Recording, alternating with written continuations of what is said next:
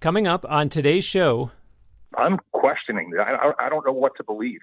And he turned to me very soft and he said, Mark, question everything. That's how your faith will get stronger.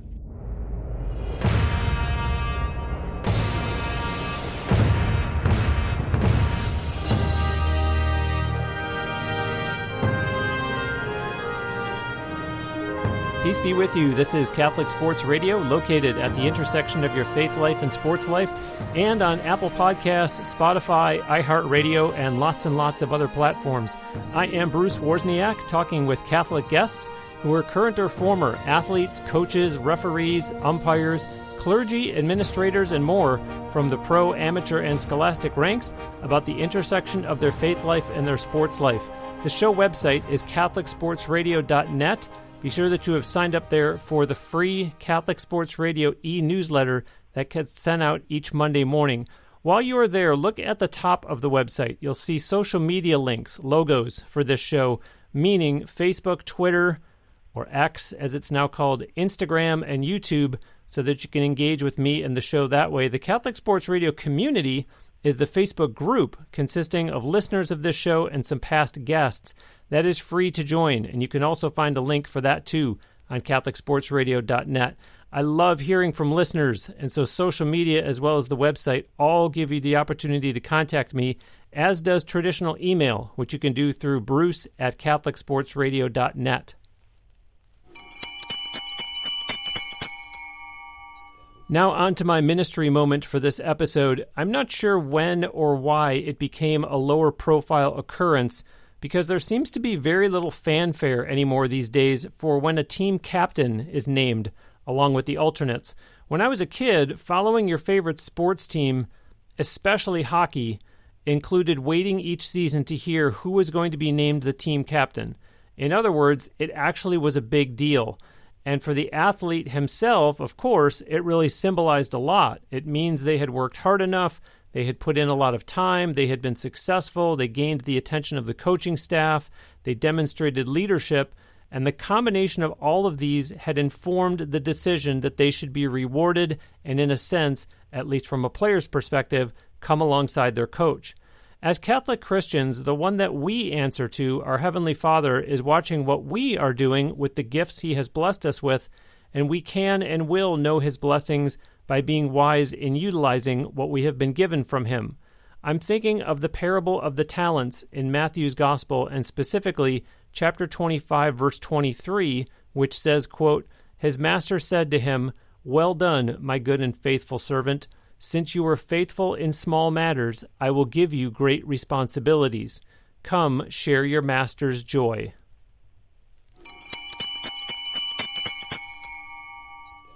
Moving on now with this week's episode, my guest has played sports his whole life. He was captain, all-star, and MVP of his high school baseball team and a starter on their varsity basketball team. Collegiately, he attended Notre Dame and played in the bookstore basketball tournament all 4 years that he was in college. After high school, he had continued to play in a variety of sports into his middle age, including softball, tennis, golf, and basketball across multiple leagues. Present day, he continues his exercise in the form of walking, yoga, stretching, and calisthenics.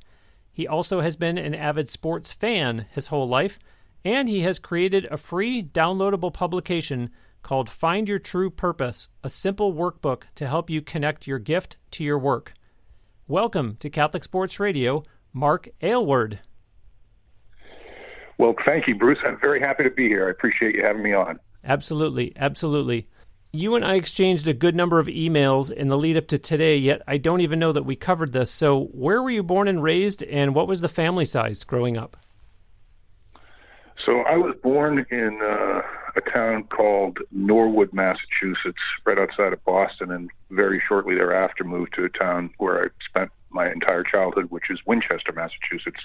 And we were a family of 4 kids, 3 boys and a girl, and I was the second eldest, a middle child. Okay.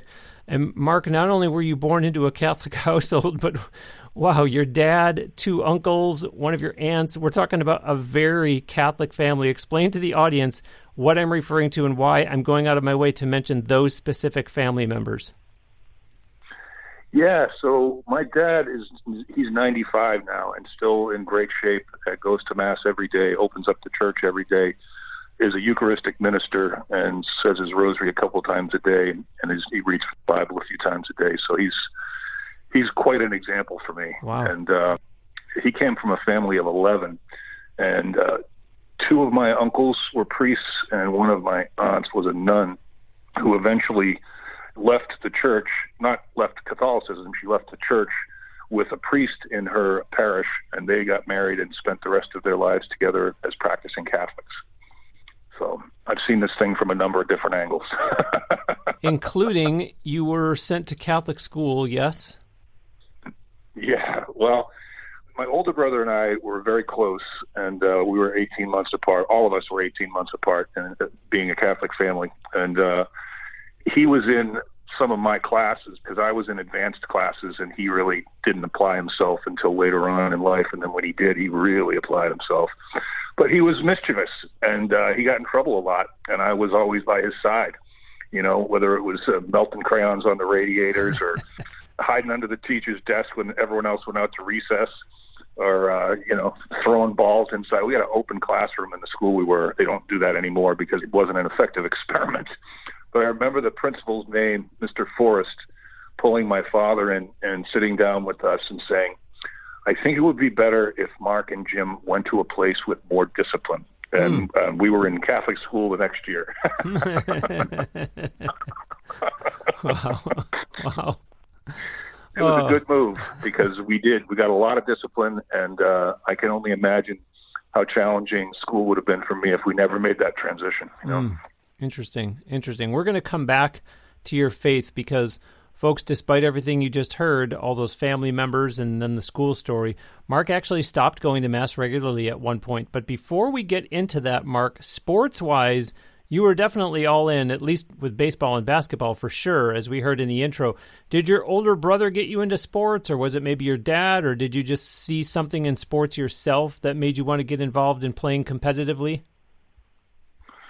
I don't remember looking to my brother as a sports role model. We were just close with everything. And my dad was a baseball guy. He threw peanuts as a boy in Fenway Park way back in the day. And I was raised on the science of hitting by Ted Williams. And I was playing when I was like 6. And between 6 and 12, I was the best player in town. And then everyone else hit puberty, and I didn't yet.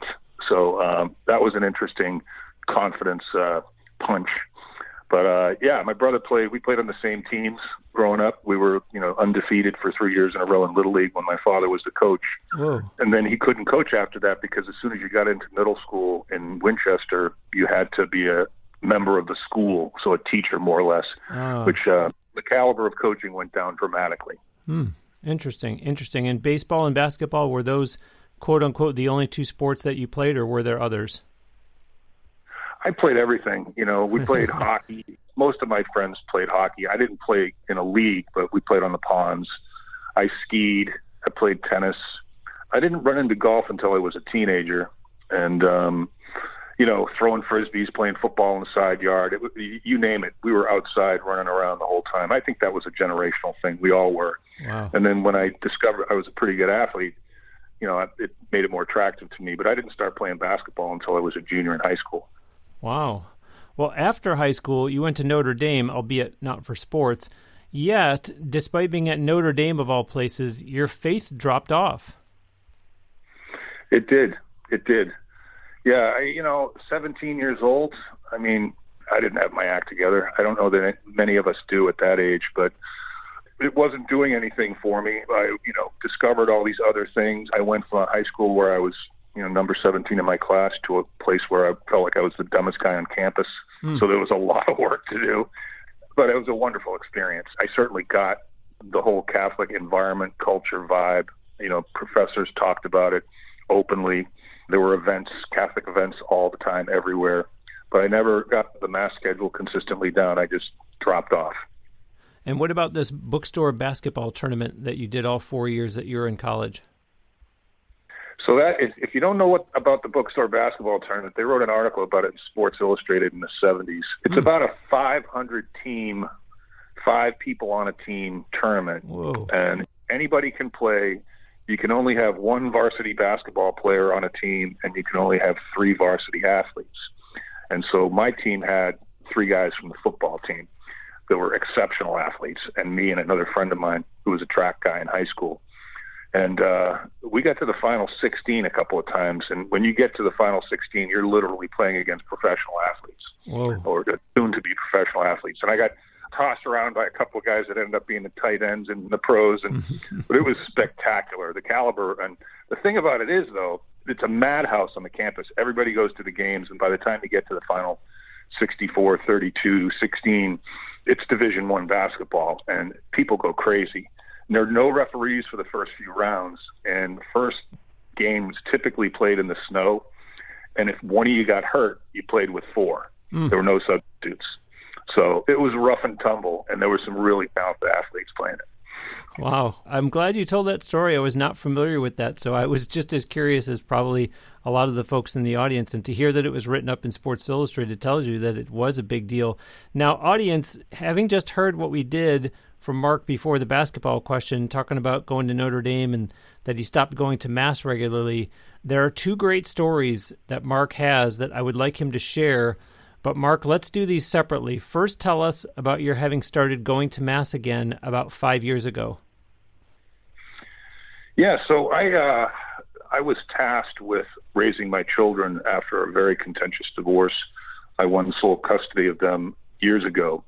And after my last child left the roost, I was faced with, the classic empty nest syndrome. And there was a huge vacuum and a dark cloud. I was not prepared for it at all because the nature of my fatherhood was so intense. I took them everywhere. I went to all their games. I met with all their teachers. I worked from gymnasiums and dance recital studios. And all of a sudden, one day, I'm driving home from dropping off my daughter in New York City, not anticipating what's going to happen when I walk through the front door. The only buddy I had left was my dog, who's since passed. So I did some self-reflection, and I thought, this can go 2 ways. This can go bad and sinful, or this could be a really good opportunity to reconnect with God. And so I did a few things. I went around looking for churches, and there's plenty of them here in the greater Orlando area. And I was very specific. I wanted upbeat. I wanted lots of flowers and sunshine. I wanted a priest or priests that had senses of humor. And as you well know, Bruce, I'm sure that it runs the gamut.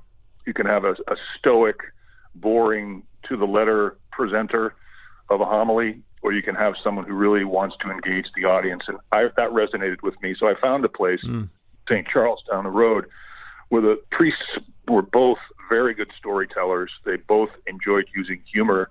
And the place was really bright. People were smiling. And it really resonated with me. When I got back, when I went to Mass the first time, I felt so many emotions. I felt guilty. I felt at home.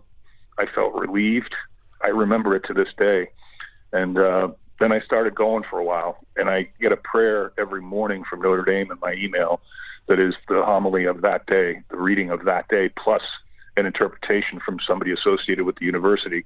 So between church and that exercise there and just more praying and more reaching up and connecting with God on a regular basis, it's had a massively positive impact on my life.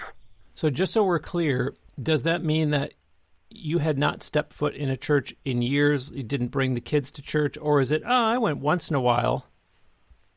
No, I got all 3 of my kids were baptized by my uncle. Yeah, that's right. And then my eldest daughter got First Communion. And then things fell apart. I never, even though my wife was Irish and raised Catholic, they called themselves Catholic, but they weren't really practicing the faith. And it became a battle, and I gave up. I couldn't get it done. And then the whole thing just tumbled. The whole house of cards fell. I regret that, but I also don't think there was anything I could have done about it, given the circumstances. Folks, have you ever heard when a priest will talk about someone coming to confession for the first time in years and years and years? I don't want to say I have doubts when I hear a priest say that. is that really just a ploy to nudge people to finally participate in the sacrament of reconciliation? But it does seem quite far-fetched sometimes when you'll hear that priest say an exact number of years that a confessor tells him it has been since they last went through it. Well, Mark actually has one of those stories which he's going to share with us, although I do want to make sure to take a moment first to welcome and thank anyone new who has recently discovered Catholic Sports Radio as a result of the show now being available on the YouTube Music app, as well as on YouTube itself. Just to be clear, if you were not aware that Catholic Sports Radio recently got added to YouTube, it's still just audio only, no video. But as I mentioned 2 weeks ago during episode 268, which, by the way, if you didn't hear that one, wow, we heard the powerful story of Terry Tucker, who essentially was given a rare cancer diagnosis that sounded like he maybe had 2 years left to live and has resulted in a miracle of him still being alive 12 years later. Anyhow, on episode 268, I said then that getting added to YouTube is huge because of how they have really emerged as a major go-to source for podcast consumption. I'm also grateful to Hansel Tomaneng, a listener out in California who is a former seminarian and heard my interview with Bonnie Jill Laughlin a few weeks ago on episode 266 and was kind enough to make a financial gift to my ministry. He and I ended up exchanging some nice emails after that, and I most appreciate his support, both his expression of encouragement as well as his monetary contribution. I do my best to report to you the expenses that I incur from operating Catholic Sports Radio, so you know what those financial contributions from guests and listeners go towards. And it occurred to me that I've never shared about the $14.23 recurring charge that Skype bills me for having a number that guests who aren't Skype users can dial into. That's how Mark is talking to me right now. So please bear that one in mind too, in addition to the countless other expenses that I've given examples of over many, many past episodes of this show. Again, I am just a one-person operation doing this all by myself and on my own time, meaning it's neither my full nor my part-time job. And since I don't get any income from doing this show, nor do I have any sponsors, any and all costs, unfortunately, have to come out of my own pocket. You can help me by way of the blue Donate to CSR button on the homepage of CatholicSportsRadio.net. That is fast, safe, easy, secure, and just so convenient. It will allow you to use a credit or debit card or even PayPal to send whatever amount you decide you're comfortable with. You just type in a number yourself and send it. Alternatively, as some folks have opted to do, you can get in touch with me about sending a check through the mail. Contact me through the website or through social media, or just email me via bruce@CatholicSportsRadio.net, and I will email you back with the details on sending something that way.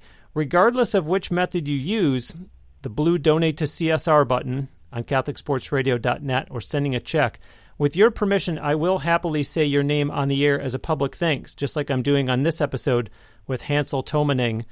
Or, as some have asked me to do, you can ask to remain anonymous. I'm grateful for your considering Catholic Sports Radio as part of your tithing, as I continue working to move more people closer to Christ through the mix of faith and sports. Mark, before all that, I was saying that you went back to confession about 4 years ago for the, I'm not going to steal your thunder, for the first time in tell the audience how many years and the story surrounding that. Yeah, it's 30 to 35. You know, I went a couple times when I was still taking the kids to church, but that stopped early. And so, yeah, it's probably 35 years. Wow. And what moved you to say, okay, now that I'm going back to church, I'm going to go to confession also? You know, one of my favorite things that I've ever heard one of the priests say is, you know, the one thing that we all have in common here is we're all sinners. It's just resonated with me. And I don't know if that comment made me think, or I had just been thinking to myself, you know, if you're going to do this, if you're going to get back in, just jump in. And I felt some guilt that as soon as you think to yourself, I haven't gone to confession in a long time, you feel some guilt, or at least I did. So I thought about it, and then a couple of Sundays went by, and the particular priest who I most resonated with was walking out the door, and I tapped him on the shoulder, and I said, Father, can I ask you a question? And he said, sure. And I said, when do you actually do confessions? And he looked at me, and he smirked, and he goes, how about right now? Ooh. And I'm like, okay. Wow. Then I got a little scared. Then I got a little angry. But he's a very pleasant man. And he put his purple sash on, and he said, come on outside. There's a shade tree out there. It's quite a pleasant place to do this. And we walked outside, and I had no idea what to expect. I had forgotten all the protocols. I didn't know what to say or what to ask. Yeah. And I said that to him. I said, Father, I apologize. I don't know what to do. And he's like, Mark, I've been hearing confessions for 40 years. You're not going to be telling me anything I haven't heard already 100 times, so don't worry about it, which I thought was really nice. It really took a load off of me. And so he said some things in Latin, and he touched me cross-handed on the shoulders and my forehead, and he said, I want you to say 3 Hail Marys before the end of the day. And I thought to myself, boy, that's getting off easy. I can't describe the emotion, Bruce. And I went to shake his hand, and he pushed my hand aside. No, we hug. And he hugged me. And I'm getting emotional telling you the story right now. It's I call my kids, I call my dad, I call my uncle, and sorry. My feet were off the ground. I was in the clouds for like days. So it was pretty special. I've been back a few times since then, and it's almost as special. Fantastic. Wow, yeah. And folks, we all know the feeling of that massive weight being lifted off our shoulders, and just, the powerful rebirth that Mark is describing, and just the beautiful experience walking away, having gone through what you just went through. And God bless you, Mark. That's clearly a hallmark moment for you, and something that, as we can tell by the emotion, something that truly touched you for an ongoing experience, and not something that you went home, you watch TV, and you forget about it the next day. So God bless you, and it's great to hear that happened 4 years ago, and you have been back since. Yeah, thank you, Bruce. I appreciate that. It's wonderful. In the lead up to today, you told me, quote, I am guided by my father's Catholic influence and the structure I learned as a kid, end quote. And you went on to cite a couple things he said to you about strengthening your faith and making you go to church. Can you share that with the audience? I approached him, I think I was probably 17. It was before I went off to college. Maybe it was 15 or 16. It's difficult to remember exact dates, things like this far into the future. But I said, Dad, I don't, and I thought he was going to get really mad at me. And cause I said something like, I don't know about this, Dad, this guy in the sky and the woman, having a baby and without having sex and, all these visions. And I'm questioning. I don't know what to believe. And he turned to me very soft and he said, Mark, question everything. That's how your faith will get stronger. And I was like, I couldn't believe he said that. Of course, he's correct, and I've told that story a million times since then. And the other thing he said to me one morning, we went to the 10:15 Mass pretty regularly, and then after Mass, we go to the bakery and get some stuff to eat at home with coffee. And one morning, and I God bless my father, I don't know how many times I whined at him in the morning when he came to get me out of bed, hundreds of times, and he didn't give up. He never gave up. We all went to church, and every Sunday and every holy day for 17 years. That leaves a mark, and I mean that in a very positive fashion. But you said, Mark, I understand you're tired, you're frustrated, you don't see the value in this, but when you get out there in the world and become an adult, I just want you to have something to come back to. And boy, was he right. Yeah, I'll say it was very prophetic at the time after we heard the testimony that you gave in the first half of the show. My gosh. Yeah. He's a special guy. He's a saintly man. I mentioned back in the intro about your having created a free downloadable publication called Find Your True Purpose, a simple workbook to help you connect your gift to your work. I might be wishing this to be the case, but is that in fact spiritually influenced? Yeah, I mean, everything I do is spiritually influenced. And, I'm very thankful to God as often as I can be. That was triggered by a professional circumstance, and I spent my entire life in the staffing space. I helped people find jobs and then started my own business. And I was teaching leadership. I was teaching people how to be more productive and be better people, and that was kind of my thing. And when I taught my children how to get work, and then I helped them start their own companies. All three of them said to me, Dad, I don't think you're aware of how valuable the information you have is, and I think you need to figure out a way to get this in the hands of more people because everyone needs this stuff, and no one else is teaching it. And so I took that to heart, and I started coaching. I started career coaching and leadership coaching and professional development coaching to help anybody who's stuck get to where they want to go. And what I discovered was most of these people don't know where they want to go. They don't know what they should be doing. They don't know why God put them on this earth, because no one's ever given them any direction, because not everybody's Catholic, not everybody's Christian. Yeah. So having these discussions with people, the first thing I would start talking about is, what do you do? And most people struggle to articulate that. So that's another question. Expand on that, go deeper, give me some context. And then it's like, well, why are you doing that?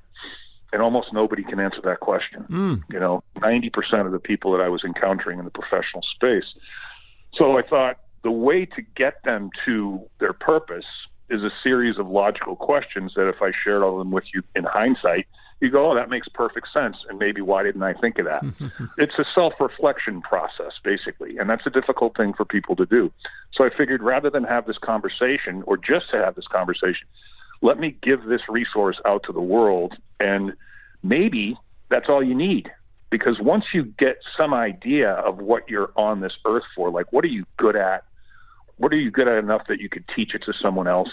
What are you good at that you would do even if you didn't receive money, like you in this podcast, right? And then how do we figure out a way to monetize that?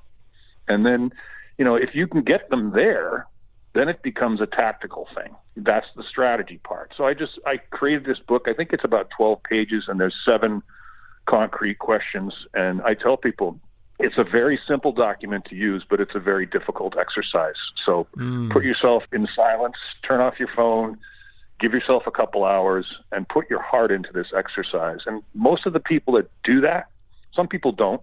Some people aren't willing to do it. They're not ready yet. Most of the people that do that come back to me and say, that was grueling, but it was awesome. So, and audience, I am going to put a link on the show page for this episode on CatholicSportsRadio.net to Mark's website so that you can go and look for that. As I said, it is free to download from there. You mentioned the word exercise a couple of times, Mark, and way back when I first brought you on the show, I said he has played sports his whole life. Present day, you're walking, you're doing yoga, stretching, calisthenics, and I believe rooting for Boston sports teams. Yes to all the above? Yes.